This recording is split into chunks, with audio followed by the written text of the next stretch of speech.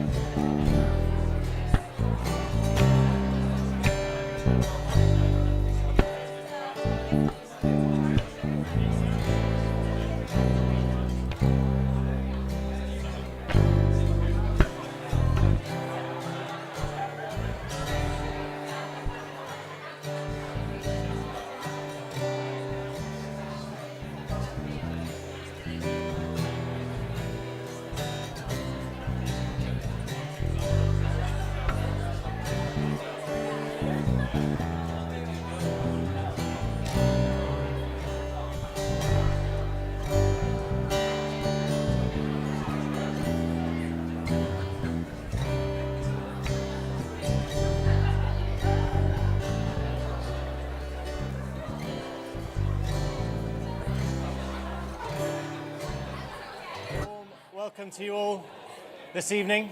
Well done for soldiering through the snow and the ice and the freezing temperatures outside. It's really lovely that we can give you a warm welcome here as well at Carrubbers. We've got some hot drinks, and I'm sure we'll have plenty of that. I think there's a good surplus, so if you're feeling cold, feel free to get yourself some more. Well, let me welcome you guys. It's a really lovely crowd that we've got tonight, and this is Carrubbers. My name's Sean, I'm the pastor in training here, and tonight we do church a little bit differently. This is part of our guest night services, and this year we've been trying to make sense of life. And given it's December, and given the month that it is and the season that it is, tonight we're going to make sense of Christmas. If you've never heard of Christmas before or don't really know what Christianity says about Christmas, then this is your chance to explore it. And hopefully you will have a little bit of an idea of what Christmas is. And it's slightly different because rather than me talking at you for the whole time, I'm going to say a few things, but then you're going to have a chance to discuss things at your tables. So if you have any questions off the back of what you hear, this is a great opportunity to chat and find out more. But before we begin, I'm going to ask our house band to play us a great song, A Silent Night. So let's listen in, and then we'll get going.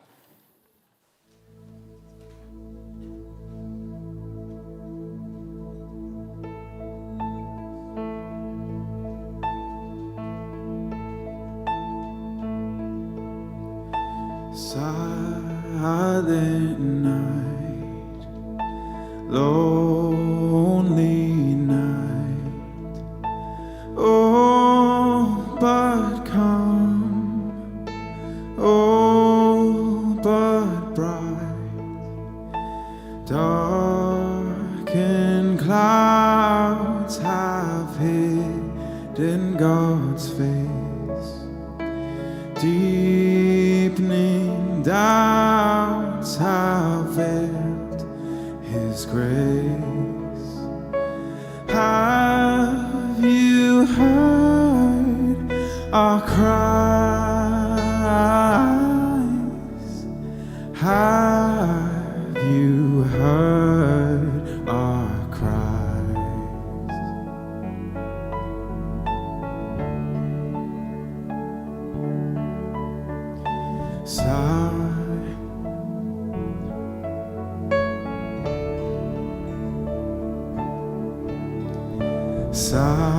Silent night, lonely night, wearied by many trials, clinging to the promise foretold, peace and comfort for our souls. Lord, we long for you. Lord, we long for you.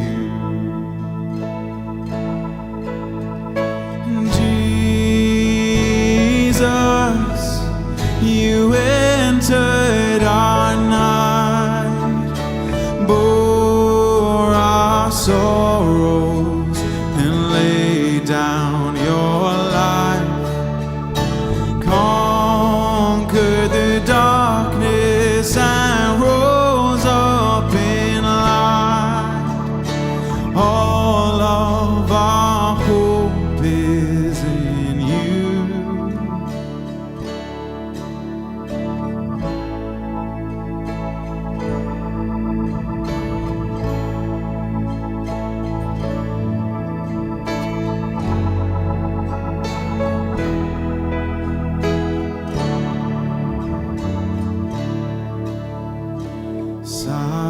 Silent night, lonely night, yet there's peace at your side, covered by redeeming blood, sheltered in your arms of love.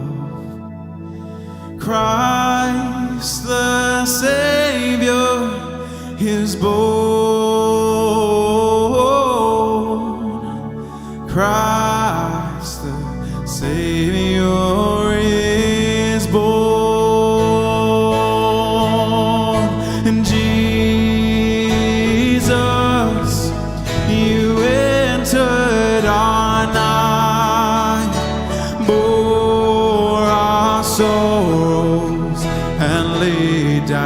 your life conquered the darkness and rose up in light. All of our hope is in you. Silent night, holy night, all is calm and bright.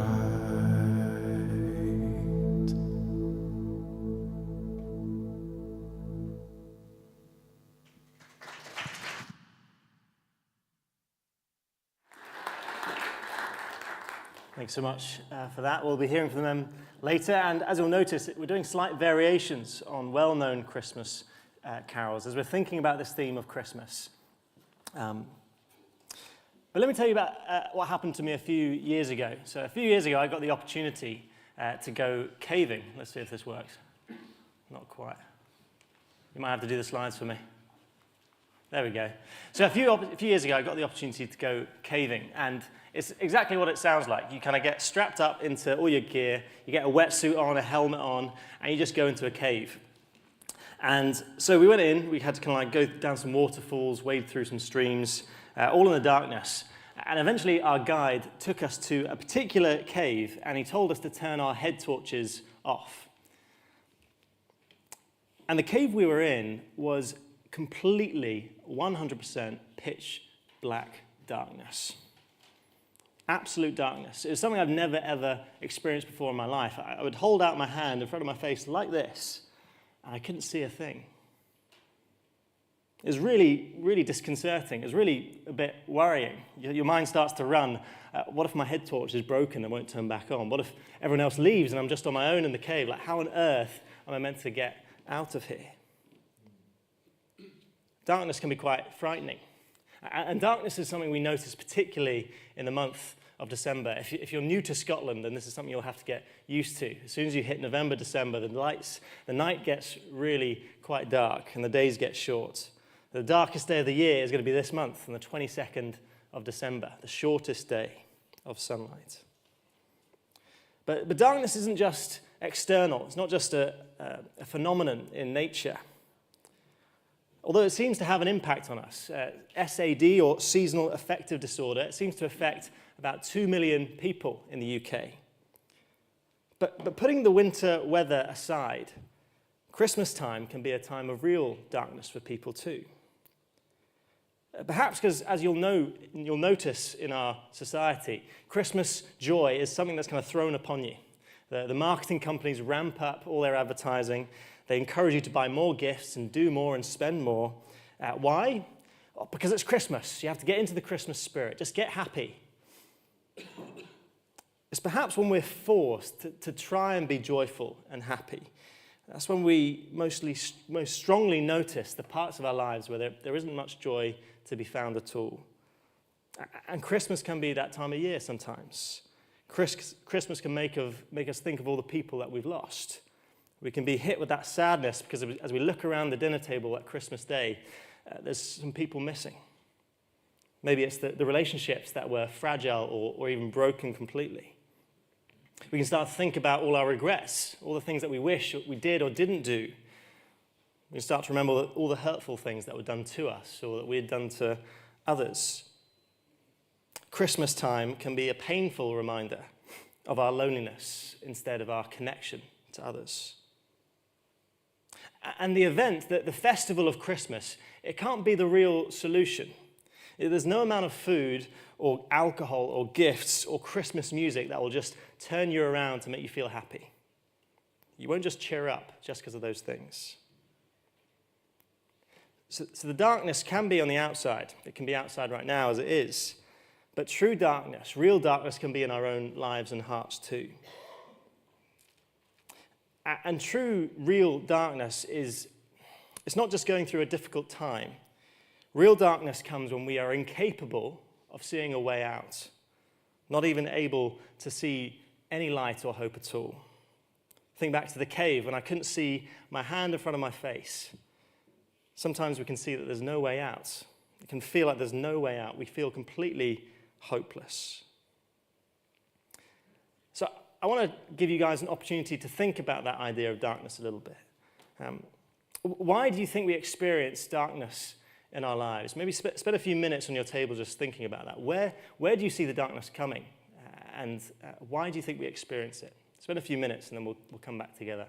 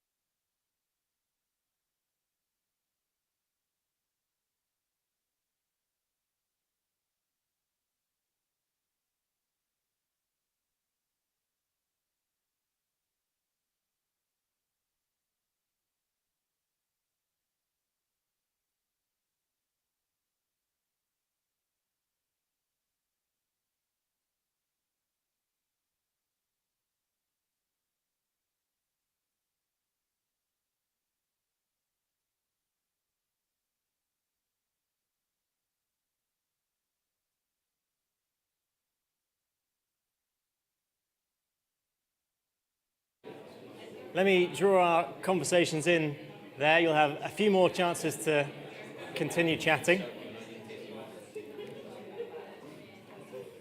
But just continuing on that idea of darkness, this idea of living in darkness and experiencing this darkness, this is not a new one. It's been experienced by people before, and it will be in the future too. But I want us to go back in time a little bit. I want to take you back in time to a people who were in deep, deep darkness. The Bible tells us about these people. It was 2,700 years ago to the people of Israel. And these are a people in crisis. The nation was divided in two. There was a northern half and a southern half. So there's a split in the nation. And on the borders of this nation, there were huge, enormous empires threatening to destroy them. A few years ago, we would have thought that would never happen. I would never know what that would feel like. But just across on the edge of Europe to us, we see that this can happen to any country, as Russia invaded Ukraine. But it wasn't just on the borders, it wasn't just politics for the people of Israel that were causing them stress and worry. It was within the borders too. The nation was falling apart. There was economic corruption, where the rich were oppressing the poor. There was legal injustice. And instead of the rich helping the poor, the rich people would get drunk and indulge whilst the poor went hungry. The nation was breaking apart, and it's facing destruction, and the collapse is moral, economic, and it's also spiritual. Because the guy telling us about these people was one of them, a man called Isaiah. And he made it very clear the reason as to why these people descended into darkness. He tells of how the people of Israel turned their backs on God. And he makes it clear that this was a disastrous decision. He explains what will happen to the people of Israel because they have done this. This is what it says. Distressed and hungry, they will roam through the land, and when they are famished, they will become enraged, and looking upward, they will curse their king and their God. Then they will look toward the earth and see only distress and darkness and fearful gloom, and they will be thrust into utter darkness. This is where the people of Israel find themselves, aimless, hungry, angry, and cursing God. But this is where the real darkness comes for them, because they start to look elsewhere for light. They look towards the earth, but what do they find? Only distress, darkness, and fearful gloom. That's quite a provocative and frightening statement, isn't it? These people are facing external challenges, facing potential invasion and exile. But Isaiah is suggesting, well, he's telling them that the reason they find themselves in this darkness is their attitude towards God. And the interesting thing is that others are noticing that this might be similar to our current society today. A few decades ago, there was a movement called the New Atheists, and it involved quite a few famous names. Some of them you might know. Richard Dawkins was one of them, Hitchens as well. And what they argued for, essentially, was that for society to move forwards, to advance, to improve, we would all need to abandon any silly beliefs in the divine, any beliefs in God or gods. And because they were speaking into mainly American and United Kingdom contexts, Christianity was the target, the God of the Bible. And yet it's become obvious that New Atheism, this movement, has become a complete failure. Not only has it failed in its objectives to disprove the existence of God, but it also became clear that to try and build a fruitful society on this idea that there's no such thing as God or nothing that is behind the whole world that we see, it's impossible to do that. What's more terrifying, though, is that New Atheism offers no solution to the darkness and despair that people feel. When people lose purpose, when they're looking for hope and purpose, New Atheism offers you nothing. The only comfort they could offer you would come in the words of Brian Cox. Life is just chemistry. Or maybe make it a bit more personal. You are just chemistry. That's all you are. the same movement tried to provide a little bit of hope for people, and they put out an advert on London buses, and they said, "There's probably no God. Now stop worrying and enjoy your life." Again, it hasn't seemed to work, has it? More and more people are coming to realize that there is something more. Like ancient Israel, when we look toward the earth, we can also come up with the same conclusion, that all we find is distress and darkness and fearful gloom. It was strange. When I was in that cave and I couldn't see anything, couldn't see my hand, I didn't want to close my eyes. Even though I had been told that there was no light whatsoever to be found, nothing to be seen in this cave, it didn't stop me looking. And I think that's the same situation that every one of us finds us in our own hearts. Even when we're in the darkest parts of life, we are still looking and looking and looking for something. It's why, even if we're not religious, our culture makes a big deal about Christmas. We follow the traditions and the lights and the exciting food and the joy because we're looking for something more. We're looking for hope. And maybe you can place your hope in the future, that some new invention or innovation will solve the darkness of our world and of our own hearts.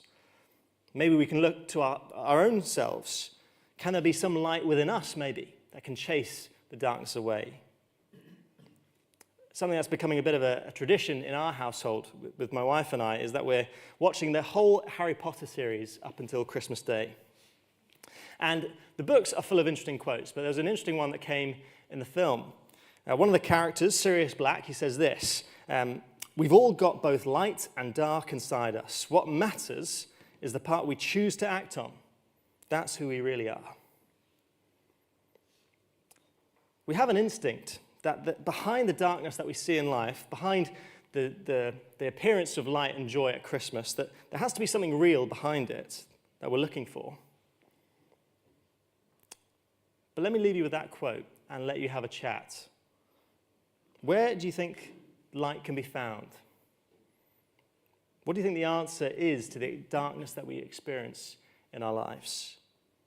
Have a few minutes just to chat on your tables, and then we'll come back together again.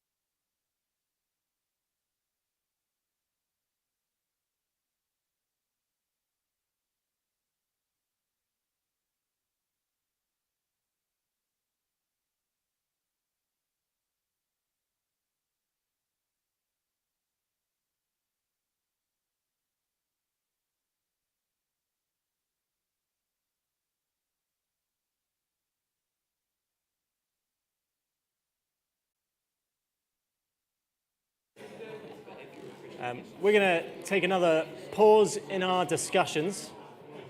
We're going to hear from the band another song. And again, this is a twist on a very traditional Christmas carol. But again, it speaks into the kind of darkness and perhaps starting to point at the solution as well.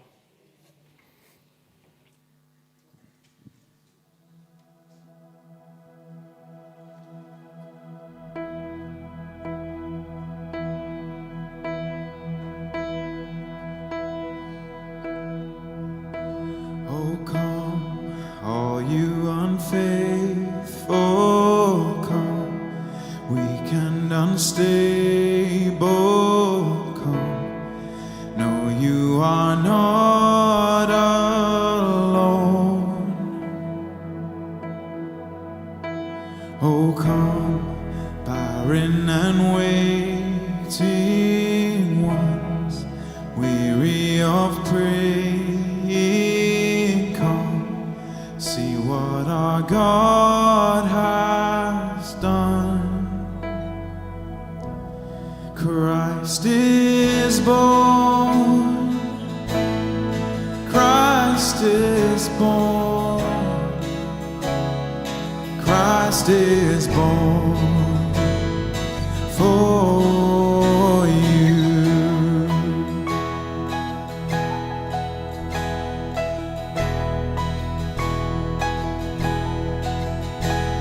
Oh, come, bitter and broken, come, with fears unspoken, come, taste of his perfect love. Oh, come, guilty and hiding ones, there is no need to run, see what your God has done. Christ is born, Christ is born, Christ is born for you.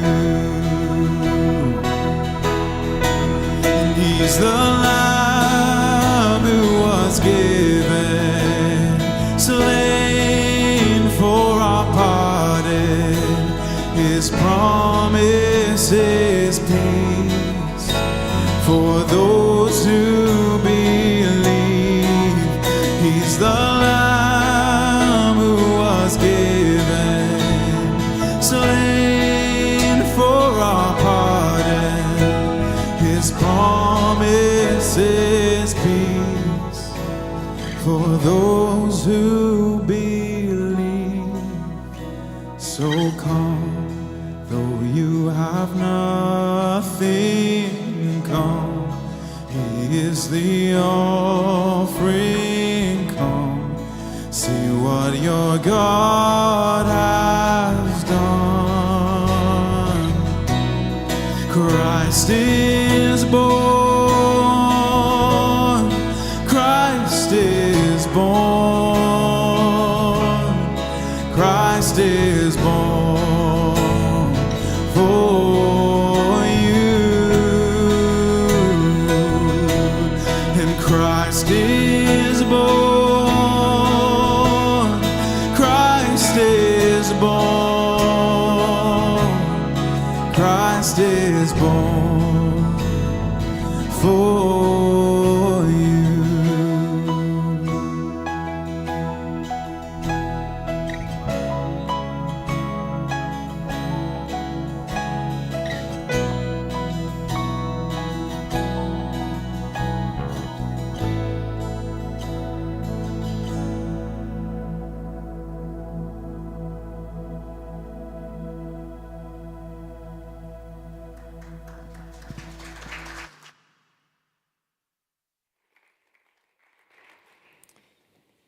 Thank you so much for that again, and we'll hear from them at the end as we round off our evening together. But I wonder how patient you are when you were younger, maybe. When you were a young kid, waiting at Christmas time feels impossible. You might have to do the slides for me. There we go. Lovely jubbly. See, the build-up at school, the different Christmas parties, nativities, and Christmas shopping, the build-up for Christmas is huge. You can't wait. But waiting can be even more difficult when you're waiting for darkness to leave, when you're waiting for that time of darkness to end. And the people of Israel, 2,700 years ago, they went into a time of darkness. They lost everything. Maybe you felt that way too. And where are they meant to look for hope in that time? How are they meant to wait? Do they look inside themselves? Do they look to one another? The answer isn't to look inside ourselves, though. That quote from Harry Potter, it can feel appealing, can't it? If we look inside ourselves, there must be some light which we can choose, and that will lead us to hope. That will lead us the way out. But I think what is obvious in our world is that humanity often consistently chooses the darkness, don't we? We cannot rely on our ability to choose what is right, what is light. Instead, what we need is a light that is external, a light that can shine from the outside into where we are, into our darkness. And that is the great hope that Isaiah tells Israel. And ultimately, what he is saying is this whole good news of Christmas. The whole point of Christmas is what Isaiah starts to tell them. Because after he announces that the people of Israel will enter darkness, he tells them that a light will dawn. He says, the people walking in darkness have seen a great light. On those living in the land of deep darkness, a light has dawned. When all seemed hopeless, when all seemed dark, a light was going to shine. I wonder if you've ever been camping or hiking in the hills at night time. It's a pretty exposing experience. I remember once when I was at school, we were told at 9 o'clock at night in midwinter that we were to be out of our tents and to do a 30k hike and find our way back. So we had to try and navigate, but we weren't allowed to use torches either, which was a challenge. Thankfully, the moon was out a little bit, so you could make out a few lines on your map. But needless to say, it was a mixture of success. But the relief was so real when you rounded a corner or came over the crest of a hill and you glimpsed a light coming from the tent of the checkpoint you were meant to reach. It was unmissable, because amid the black, dark hills, the light shone. It stood out. And this is the great hope of the people that Isaiah is writing to. But here's the thing, that hope that Isaiah was writing to those people all those years ago, that is the same hope for us today. What then is the light? What is the hope? Well, Isaiah tells us, for to us a child is born, to us a son is given, and the government will be on his shoulders, and he will be called Wonderful Counselor, Mighty God, Everlasting Father, Prince of Peace. Of the greatness of his government and peace there will be no end. He will reign on David's throne and over his kingdom, establishing and upholding it with justice and righteousness from that time on and forever. Here's what we're going to do next. Instead of me continuing to chat, just have a look at that.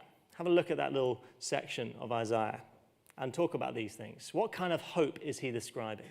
What is the light going to do? Have a few minutes and then we'll come back together.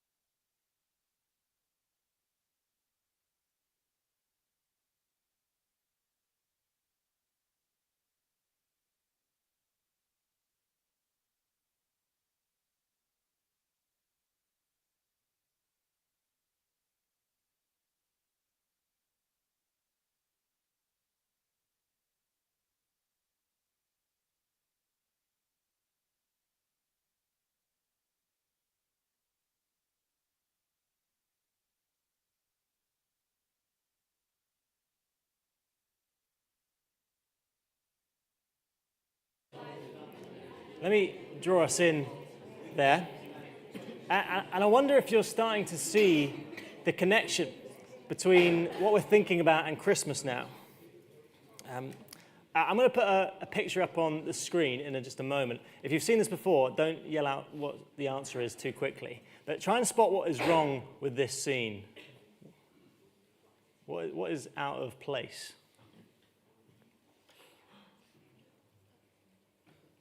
It took me a long time. I'll admit that. Do you see Yoda? It's not Baby Yoda. Yeah. The Star Wars character just behind the donkey there. I think it was a well-meaning child pranking their mother, I believe. But this scene is so common. This is the Christmas nativity scene.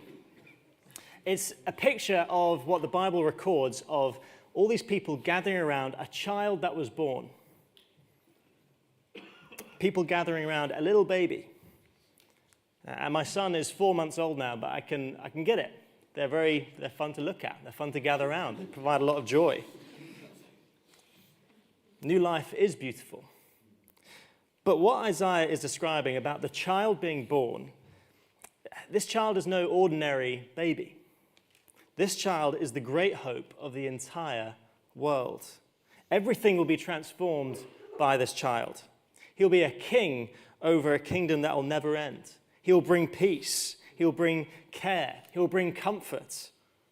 He is the light that shines in the darkness. And this is where we start to make sense of what Christmas is. It is about the story of how God, out of love, sent a light into the darkness. How God sent a light to shine on a people completely stuck in darkness.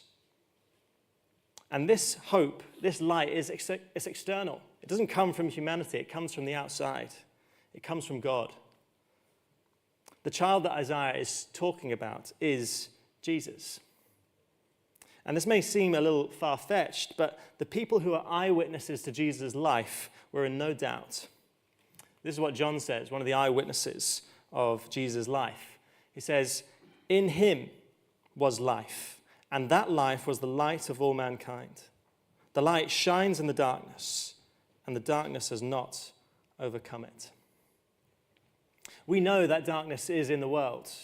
Death, sadness, and despair, they're all too often close to home. And what's worse is we can see that this darkness is at work in ourselves, and we are helpless to deal with it. But in him, in Jesus, was life, and that life was the light of all mankind. Jesus is the light who has come for all humanity. And you should ask the question then, okay, how? How is Jesus the light in the darkness? Well, the answer comes in two parts: who Jesus is and what Jesus did. Jesus himself claims that he is the light. He said, "I am the light of the world. Whoever follows me will never walk in darkness, but will have the light of life." So what is it about Jesus that means he can offer this, that he can make this claim? Well, Jesus made a whole load of claims in John's gospel, and I don't have time to give you all of them, but let me encourage you to take a Gospel of John away. This is an eyewitness account of Jesus' life. Take it away and see for yourself everything that Jesus did and said. But let me highlight a few and you can see for yourself in the book of John. Firstly, Jesus claims to be God, that he is actually God, the one that created the world, that he has complete power over the world, and the one who has control of the world. Secondly, although Jesus says he is God, he became human to be with us. Jesus, as God, did not stand on the sidelines, but stepped in to take on humanity, to become human, to be the light in the darkness that we need. And thirdly, he offers the way to be restored to relationship with God because of who he is. The darkness that we face is because of our attitude towards him. We are like those people in Isaiah who have turned their backs on God and find ourselves in darkness. That is why we see so much darkness in our lives and in the world. But Jesus says and offers a way to fix that, to be restored to God. So that's who he is. That's the claims he made. But what about that second question? What did Jesus do? If we want to escape darkness and live in the light, then we have to believe in Jesus and what he did. Because Jesus did something extraordinary, something nobody else could do. Jesus in himself took on the whole darkness of the world, and he died the death that all of us deserved.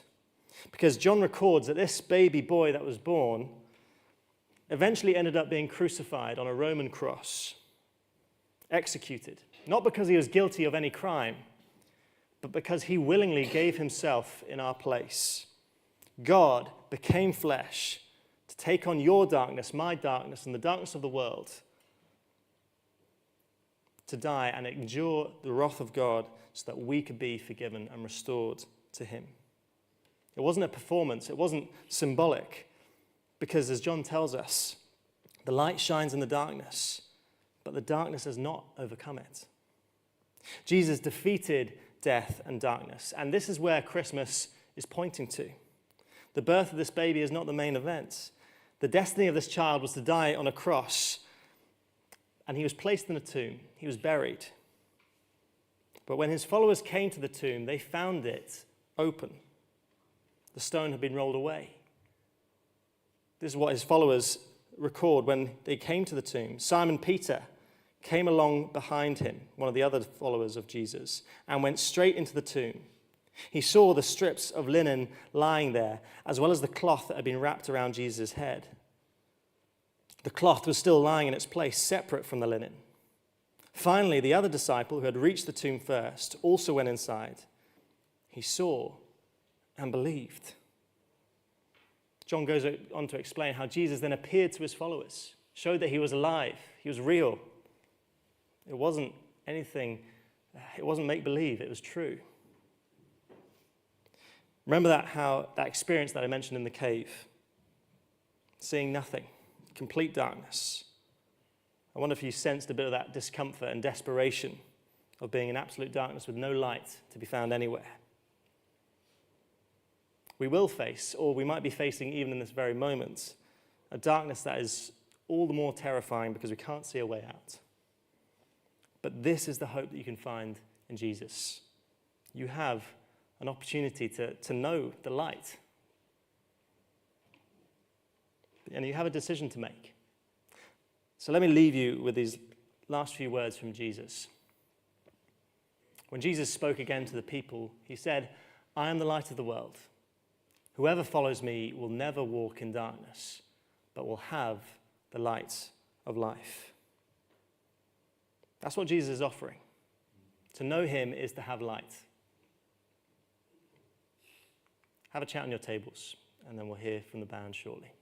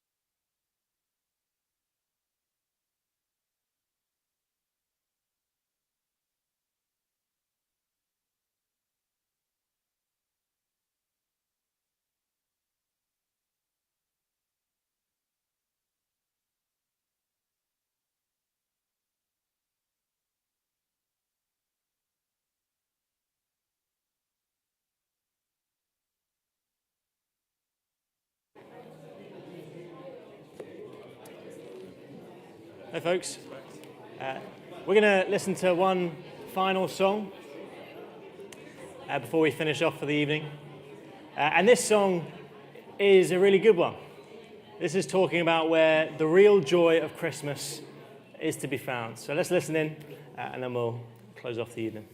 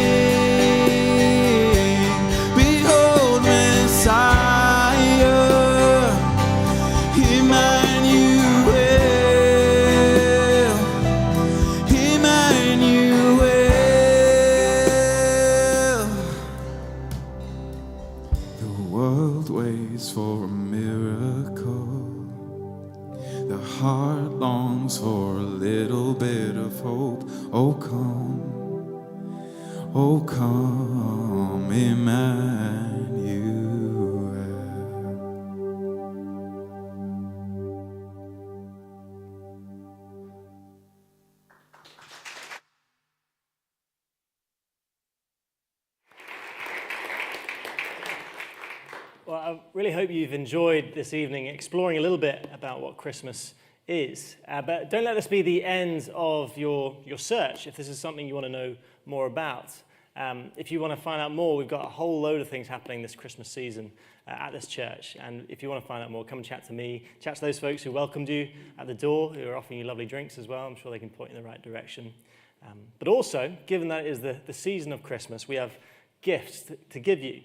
And these are completely free, and I'd love for you to take all three of these home with you. So the first one is the searching for Christmas, thinking about actually the very parts of the Bible we're thinking about tonight. So please take that away with you.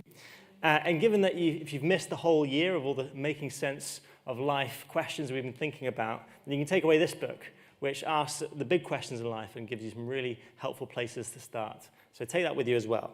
And then most importantly, if you want to find out who Jesus is, then find out from the Bible itself. Take away this Gospel of John, which will take you through the whole life of Jesus and explain why he is the light of the world to you as well. So, 3 wonderful gifts that you can take away for Christmas.